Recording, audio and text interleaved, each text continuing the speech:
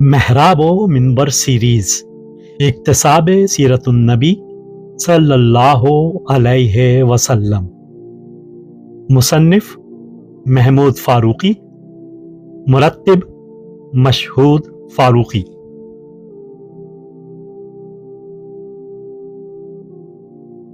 چھٹا حصہ، ایذا و ابتلا بعد از قبول دعوت اسلام۔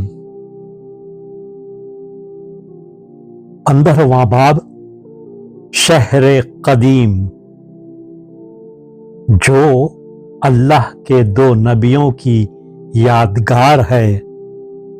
تحریر محمود فاروقی، آواز و پیشکش مشہود فاروقی۔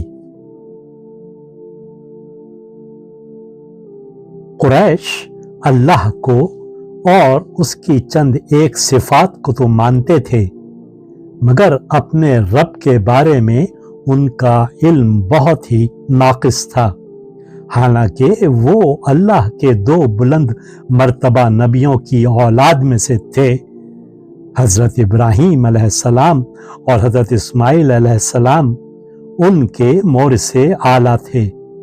ان کا آبائی شہر مکہ بھی انہی 2 انبیاء کرام کی یادگار تھا۔ اس شہر کو انہوں نے بسایا تھا۔ ان کے کتنے ہی آثار اس شہر قدیم میں موجود تھے۔ سب سے بڑی یادگار تو خود اللہ کا وہ گھر تھا جس کے قریش پاسبان اور متولی بنے ہوئے تھے، اور خوب جانتے تھے کہ جزیرہ عرب میں ان کی برتری اور سیادت اسی پاک اور مقدس گھر کی وجہ سے تھی۔ اگر بیت اللہ کی تولیت ان کو حاصل نہ ہوتی تو تمام عرب قبائل کے مقتدر و پیشوا نہ بن سکتے تھے۔ اللہ کے اس گھر کے طفیل میں ان کو سینکڑوں سیاسی اور اقتصادی فائدے حاصل تھے۔ زائرین بیت اللہ کے چڑھاوے اور نذرانوں کا پورا فائدہ انہیں ملتا تھا۔ مکہ کی تجارت بھی اسی گھر کی وجہ سے قائم تھی، اور اسی کی نسبت کی وجہ سے وہ مشرق و مغرب کو ملانے والی تجارتی شاہراہ پر بھی قابض و متصرف تھے۔ بیت اللہ میں مقام ابراہیم، چاہے زمزم، صفا و مروہ، یہ سارے مقامات انہی انبیاء کی یادگار تھے، اور ان سے متعلقہ واقعات اس حق پر گواہ تھے جو اللہ کی طرف سے ابراہیم علیہ السلام و اسماعیل علیہ السلام پر نازل ہوا تھا، اور اب جس کے نزول کی اطلاع محمد صلی اللہ علیہ وسلم ان کو دے رہے تھے۔ اس لیے ان کا یہ کہنا بھی بالکل غلط تھا کہ قدیم سے ان کے آباء و اجداد نے ہی ان کو مظاہر پرستی اور شرک کی تعلیم دی تھی۔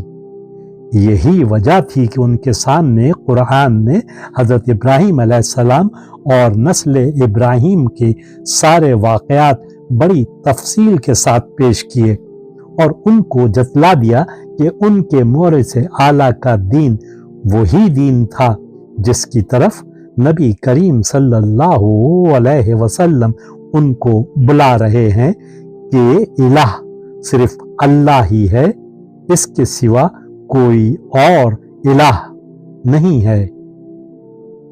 جب رسول اکرم صلی اللہ علیہ وسلم نے اللہ ہی کو الہ مان لینے کا ان سے مطالبہ کیا تو وہ اس کے مفہوم اور اس کے نتائج کو بخوبی جان گئے کہ انہیں کس بات کی طرف بلایا جا رہا ہے۔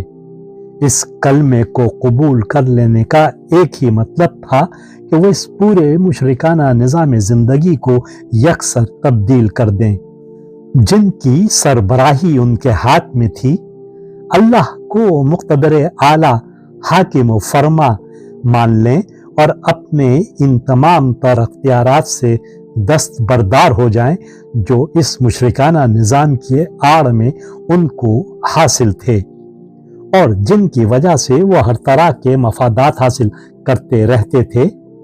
واضح بات تھی کہ مٹی، پتھر اور لکڑی کے بے جان بت جن کو وہ بڑی تقدیس و تحریم کے ساتھ خدا بنائے ہوئے تھے،